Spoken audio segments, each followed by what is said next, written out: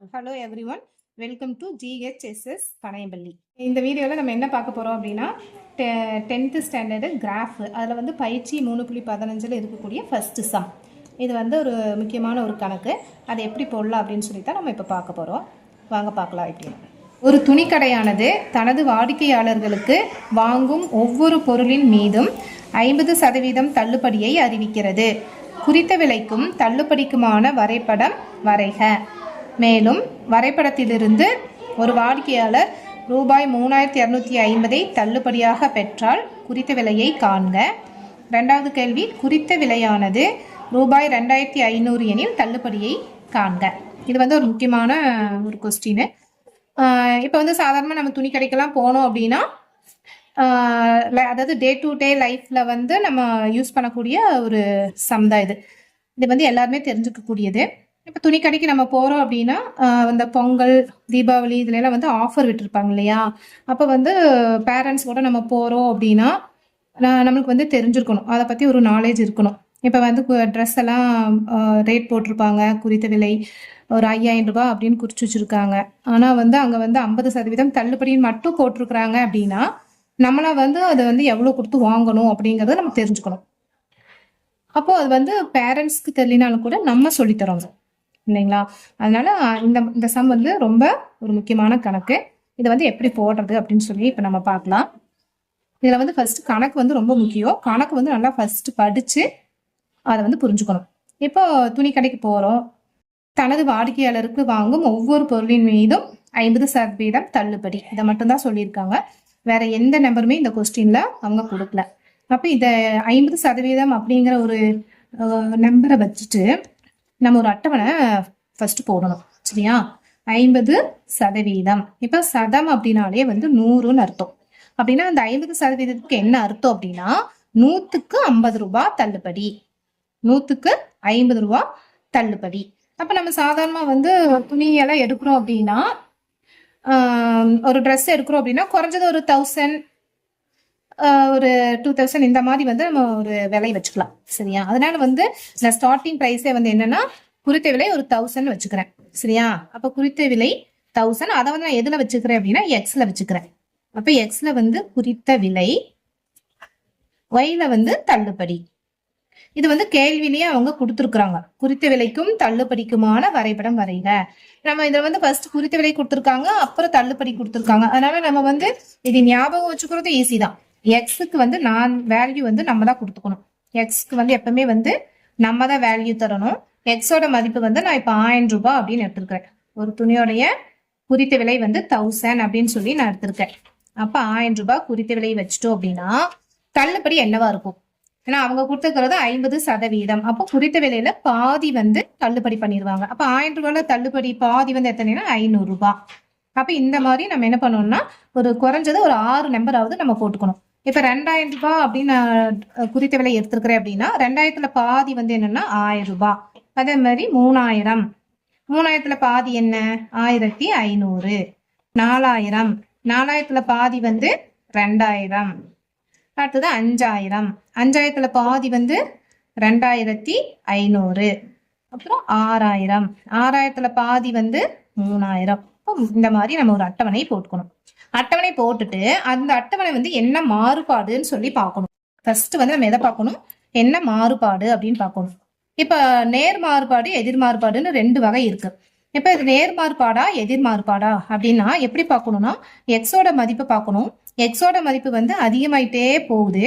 அப்படி அதிகமாயிட்டு போக போக ஒய்யோட மதிப்பும் என்ன ஆயிட்டே போகுதுன்னா அதிகமாயிட்டே போகுது. இப்படி இருந்ததுன்னா அது நேர் மாறுபாடு. அதாவது ஒரு வேல்யூ இன்க்ரீஸ் ஆயிட்டே போக போக இன்னொரு மதிப்பும் இன்க்ரீஸ் ஆயிட்டே போச்சு அப்படின்னா அது வந்து நேர் மாறுபாடுன்னு சொல்லுவாங்க. சரியா? அப்ப இது வந்து என்ன மாறுபாடு? நேர் மாறுபாடு. இப்ப நேர் மாறுபாடு அப்படின்னா அதுக்கு கே வேல்யூ நம்ம கொடுக்கணும். கே அப்படிங்கிறது விகித சம மாறிலி. அது வந்து உங்களுக்கு தெரியும் இல்லையா? கே அப்படிங்கிறது விகித சம மாறிலி. இப்போ கேயோட வேல்யூ என்ன ஃபார்முலா அப்படின்னா y/x.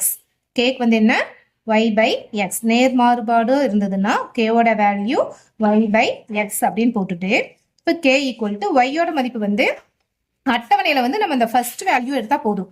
அதாவது x வேல்யூ y வேல்யூ இந்த 2 மட்டும் நம்ம எடுத்தா போதும். அப்ப இதுல y வந்து என்ன அப்படின்னா 500. அப்போ yக்கு பதிலா 500 by xோட வேல்யூ வந்து என்னன்னா 1000. இந்த மாதிரி அப்ளை பண்ணிக்கலாம். இப்போ அப்ளை பண்ணிட்டு நான் கேன்சல் பண்ணிக்கலாம். இப்போ வந்து 2 0க்கு 2 0 என்ன ஆயிரும்? கேன்சல். 5 by 10ன்னு வரும். அப்போ 5 தான் இது வந்து 5வது டேபிள்ல நம்ம கேன்சல் பண்ணோம்னா 1 5 5 2 5 10. இதை நீங்க டைரக்டாவும் கேன்சல் பண்ணிக்கலாம். 1 500 500 2 500 1000 அப்படியும் நம்ம என்ன பண்ணிக்கலாம்? கேன்சல் பண்ணிக்கலாம். அப்போ கேவோட வேல்யூ வந்து 1 by 2. இப்போ இதெல்லாம் கண்டுபிடிச்சு வச்சுட்டு அடுத்தது நம்ம என்ன பண்ணோம்னா கிராஃப் போவோம். சரியா? படம் வரையும். இப்ப வந்து நான் கிராஃப்ல வந்து இந்த மாதிரி கிராஃப் வந்து நம்ம மார்க் பண்ணியிருக்கோம். எக்ஸ் அச்சு y அச்சு. எக்ஸ் அச்சு y அச்சு உங்களுக்கு எப்படி மார்க் பண்ணணும் அப்படிங்கிறது தெரியும். இப்ப வந்து நேர் மாறுபாடா இருக்கிறனால இதை வந்து எக்ஸ்ல இருக்கக்கூடிய வேல்யூவை அதே மாதிரியே போட்டுக்கலாம். அட்டவணை நம்ம எப்படி போட்டுக்கிறோமோ அதே மதிப்பை கொடுத்துக்கலாம். இப்ப எக்ஸ்ல வந்து நான் 1000 2000 3000 எடுத்திருக்கேன். அதே மாதிரியே எந்த வந்து எக்ஸ்ல 1000 2000 3000 4000 சொல்லி மார்க் பண்ணியிருக்கேன்.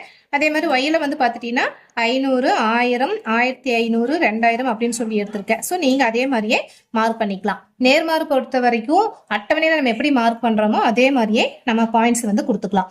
இப்போ என்ன பண்ணணும்னா அட்டவணை பார்த்து இங்க பாயிண்ட்ஸ் வந்து பிளாட் பண்ணணும். இப்போ ஃபர்ஸ்ட் எக்ஸ் வேல்யூ எழுதிட்டு தான் ஒய் வேல்யூவை நம்ம எழுதணும். இப்போ எக்ஸ்ல வந்து 1000 அப்படின்னா ஒய்ல வந்து என்ன 500. அப்போ அதை வந்து பார்த்து இங்க புள்ளி மார்க் பண்ணிட்டு பக்கத்துலயே நம்ம என்ன பண்ணணும் அப்படின்னா ஃபர்ஸ்ட் எக்ஸ் வேல்யூ கொடுத்துட்டு அப்புறம் ஒய் வேல்யூ தரணும். 1000, 500. அதே மாதிரி ரெண்டாவது பார்த்துட்டீங்கன்னா எக்ஸ் 2000 ஒய் வந்து 1000. அப்போ அதே மாதிரி பாயிண்ட்ஸ் வந்து இப்படி ஒவ்வொன்றா மார்க் பண்ணிட்டு வரோம். X value y value. அடுத்தது 3000 அப்படின்னா ஒய் வந்து 1500. இப்போ 3000, 1500. அடுத்தது 4000 அப்படின்னா 2000. இப்போ எக்ஸ் வேல்யூ 4000, ஒய் வேல்யூ 2000. அடுத்தது எக்ஸ் வேல்யூ 5000, ஒய் வேல்யூ 2500. அதே மாதிரி எக்ஸ் வேல்யூ 6000 அப்படின்னா ஒய் வேல்யூ 3000. 6000 அப்படின்னா ஒய் வேல்யூ 3000. இந்த மாதிரி பாயிண்ட் வந்து பிளாட் பண்ணிட்டு ஸ்கேல் வச்சு இந்த பாயிண்ட்ஸ் எல்லாத்தையும் நம்ம என்ன பண்ணோம்னா ஜாயின் பண்ணணும். இப்படி ஜாயின் பண்ணும்போது பார்த்துட்டீங்கன்னா கண்டிப்பா இந்த லைன் எப்படி வரும் அப்படின்னா ஒரு ஸ்ட்ரெயிட் லைனா தான் வரும். ஒரு நேர்கோடா தான் வரும். என்ன காரணம் அப்படின்னா நேர் மாறுபாடா இருந்ததுன்னா வரக்கூடிய படம் வந்து ஸ்ட்ரெயிட் லைனா வரும். இதை வச்சே நம்ம தெரிஞ்சுக்கலாம் இந்த படம் வந்து நேர் மாறுபாடு அப்படின்னு சொல்லிட்டு.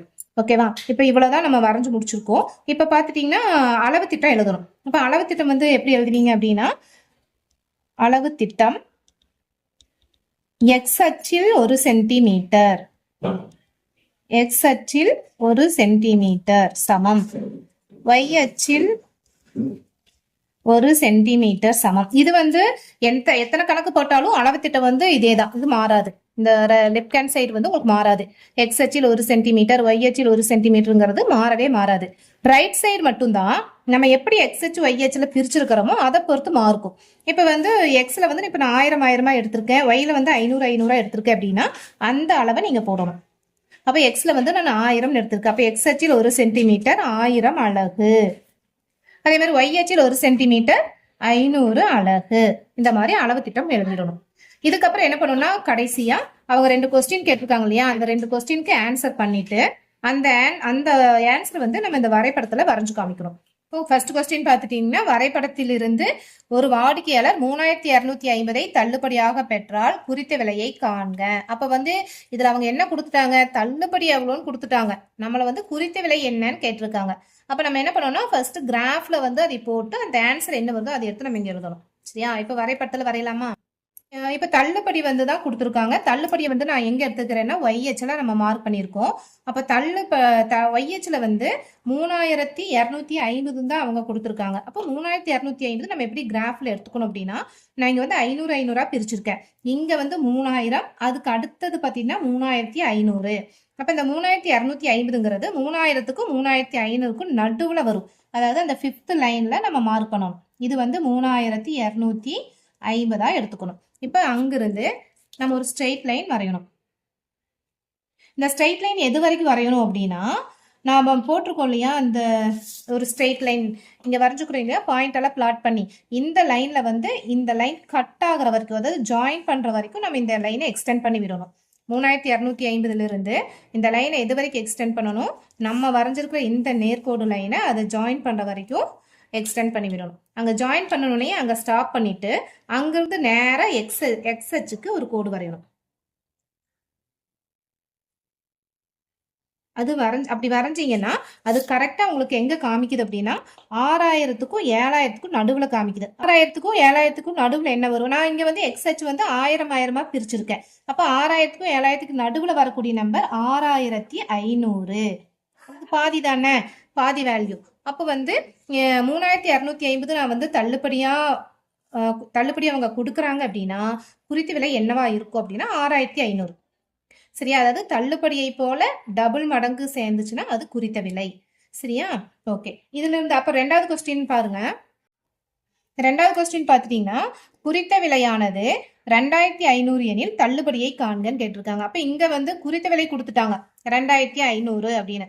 அப்போ 2500ல பாதி தான் நம்மளுக்கு தள்ளுபடியா கிடைக்கும். அப்ப 2500ல பாதி வந்து என்ன அப்படின்னு பார்க்கணும். சரியா, உங்களுக்கு இப்போ ஈஸியாக நீங்கள் பார்க்கணும்னா இப்போ நார்மலாகவே நம்ம மனசில் எல்லாமே கணக்கு போடுறோம் அப்படின்னா இப்போ 2500ல பாதி என்ன அப்படின்னா 2000 ஃபர்ஸ்ட் எடுத்துக்கோங்க. 2000ல பாதி என்ன 1000, 500ல பாதி என்ன 250. அப்போ ரெண்டையும் கூட்டினீங்கன்னா 1250. இப்படி வந்து நம்ம ஈஸியாக கால்குலேட் பண்ணிக்கலாம். இப்போ இந்த ஆன்சர் தான் நம்ம வந்து கிராஃப்ல காமிக்க போகிறோம். இப்போ பார்த்துட்டீங்கன்னா குறித்த விலை தானே கொடுத்துருக்காங்க. அப்போ நம்ம குறித்த விலை எக்ஸ் ஆக்சஸ்ல வச்சிருக்கறனால எக்ஸ் அச்சுல இருந்து நம்ம லைன் மார்க் பண்ணணும்.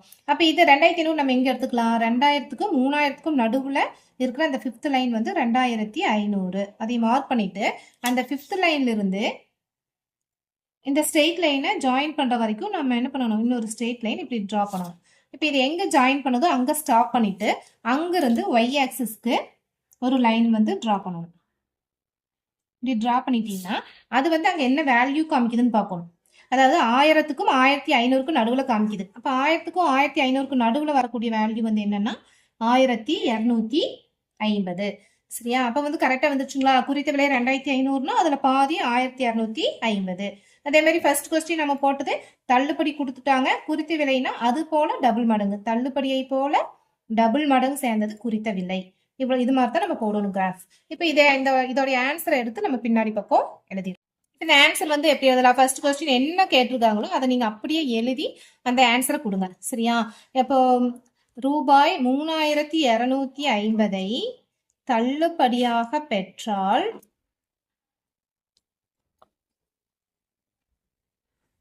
குறித்த விலை. கிராஃப்ல நம்ம எவ்வளோன்னு காமிச்சோம், ரூபாய் 6500. அதாவது தள்ளுபடியை போல டபுள் மடங்கு. நம்ம அட்டவணையில இருந்துமே எந்த வேல்யூவை நம்ம தெரிஞ்சுக்கலாம். அடுத்து ரெண்டாவது கொஸ்டின் பார்த்துட்டீங்கன்னா குறித்த விலையானது ரூபாய் 2500 எனில் தள்ளுபடி எவ்வளோன்னு வந்துச்சு, ரூபாய் 1250. இந்த மாதிரி ஒரு கணக்கு போட்டு முடிச்சீங்கன்னா உங்களுக்கு ஃபுல் மார்க்.